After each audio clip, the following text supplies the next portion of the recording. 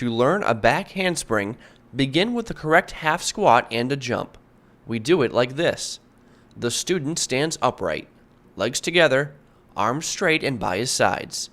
I stand behind him, put my hands on his shoulder blades. He does a half squat without losing balance, that is, he goes straight down, then jumps back, raising arms up. Once again, more dynamically. Squat. Yes.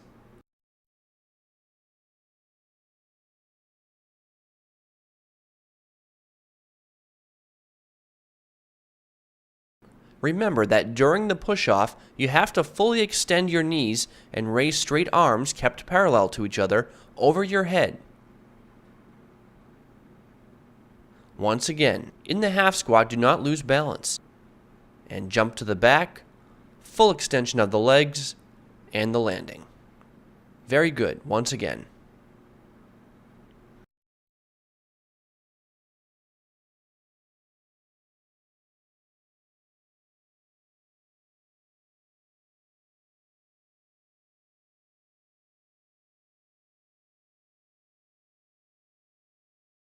After learning the jump against the spotter's arms, practice the same jump to lying supine on a pile of mattresses. From a half squat, jump with arms up to land in a tight arch position, which we will describe in a moment.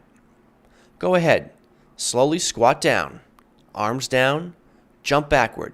Try to land like we show it now. Hips up, heels and shoulders resting on the mattress. Arms along the head, close to the ears. That's the tight arch position. Once again, the same jump.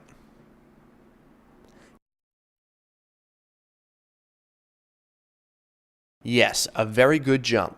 Far with the trunk extended, hips tensed and lifted above the mattress. Easy, slowly do the half squat. Jump. Try to land as far as possible on the mattress. Hips lifted up, head forward, chin down. But only in this exercise. Later, in the actual back handspring, the head will lean back as if to follow the arms. Once again, the same jump. Try to land far back on the mattress. Very good. He jumped far, heels and shoulders pressed into the mattress. Hips are lifted. Arms are stretched up, close to the head. This is the correct jump for the back handspring. Let's look again at the correct jump for the back handspring. Remember that arms are swung held close together. Elbows straight, reaching as far back as possible. Go ahead. Yes. Hips lifted up, legs straight, feet squeezed together. Get up.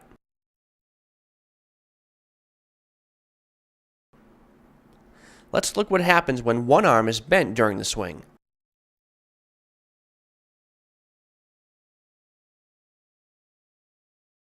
Jumping like this when arms are bent or are not held symmetrically causes the jump to be slanted to one side or the other.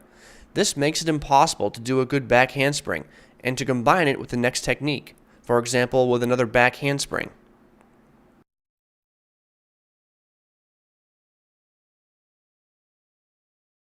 Once again, the correct jump. Very good.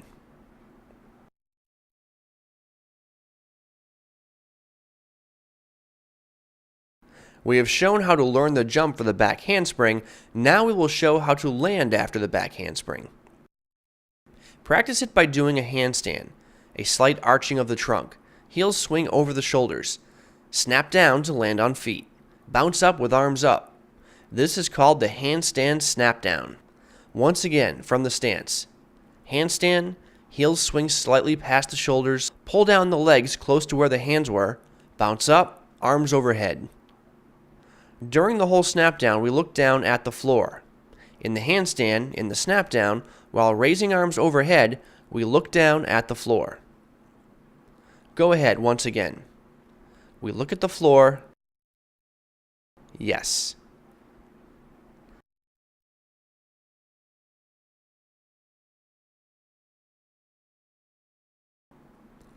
By looking at the floor, we do not lose orientation. It is easy to keep balance.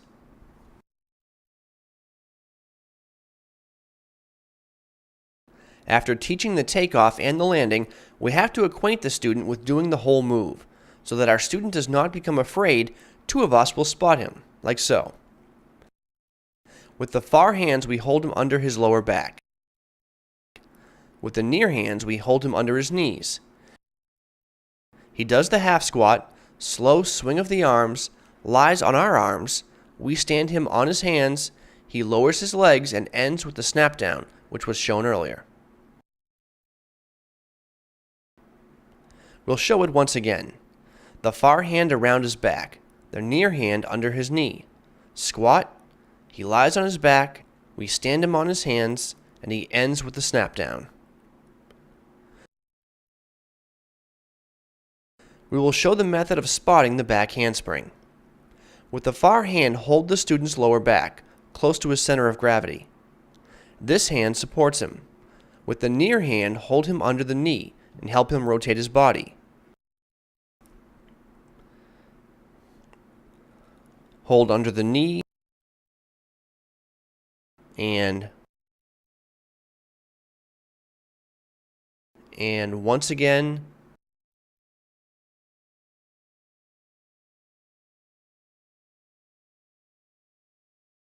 Yes.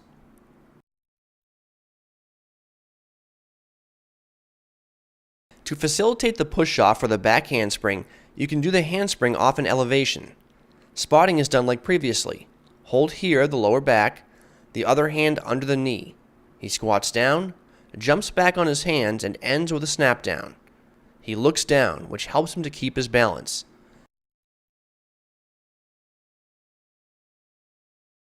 And once again. Spotting on the lower back at the height of the navel. With the other hand, I help under the knee. He tries to land balanced.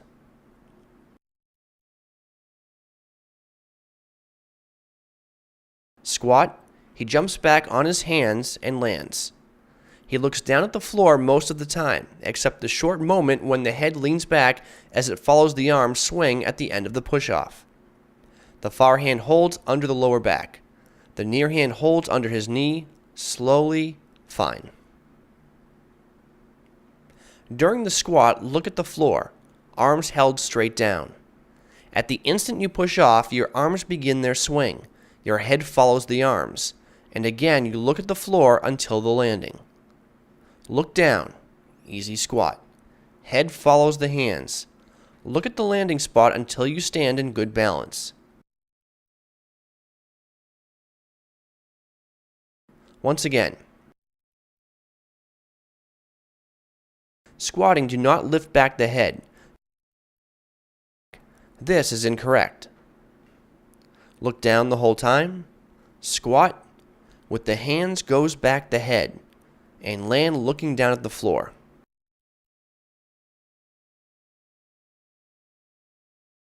Now we move on to doing the back handspring on the level surface. We can spot from a kneeling position.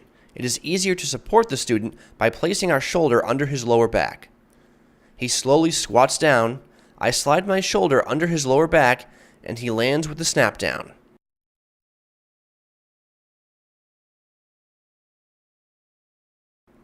Once again. And I put it under, legs ought to be kept together, and land with the snap down. Spotting is the same as shown so far. If the student is doing the back handspring on the floor for the first time, hold him around the waist, the other hand under the knee like previously. He squats down, jumps back, looks down, and ends with the snap down. When I feel that the push-off is strong enough, I may support his lower back with only one hand, with the other hand under the knee, and gently push up with the first hand while giving rotation with the other.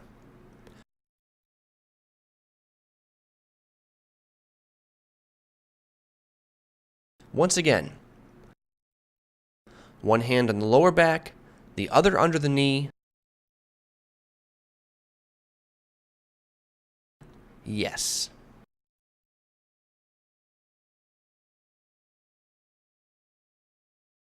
We will show now a back handspring with an incorrect push-off, that is, with the knee sticking out past the toes in the half squat so the push-off is done with hips moving forward.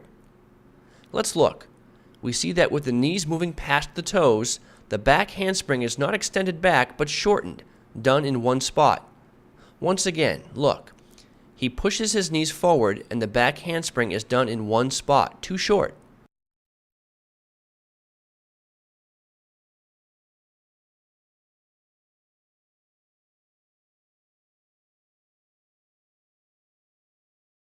When the knees do not pass beyond the toes, the back handspring is correct, extended backward.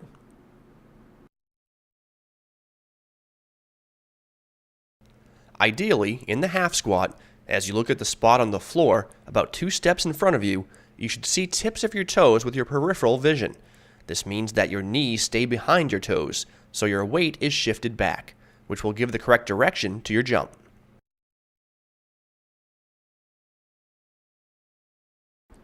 Let's see how the position of shoulders in relation to the hands affects the back handspring. We will do it slowly. He jumps back onto his hands.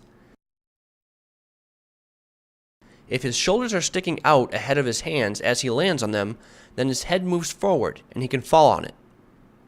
If the shoulders are positioned in the correct way, behind his hands, then they give him the momentum backward for the next tumbling technique.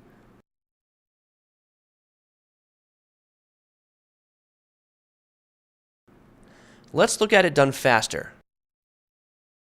Once again, let your shoulders move forward.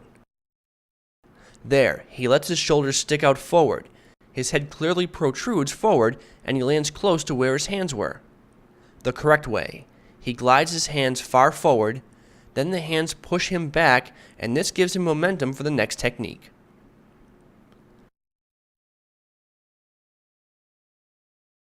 We will show one more error, which happens very often in the back handspring. Pulling legs into a pike position during the jump, before hands have landed. This can get you hurt. This error happens often. We'll try to show it. He jumps, and before his hands touch the floor, he pulls his legs and bends at the hips. Then either the landing is on the head or knees strike the face. This is dangerous. Once again, we'll show the correct form. You have to wait after the jump, a long move. You wait until you put your hands on the floor. Legs are to be left behind. Only when you see that you stand on your hands, you pull the legs down and raise the arms. Once again, the whole move, the correct pace. He inserts the hands far under and the landing. This is the correct back handspring.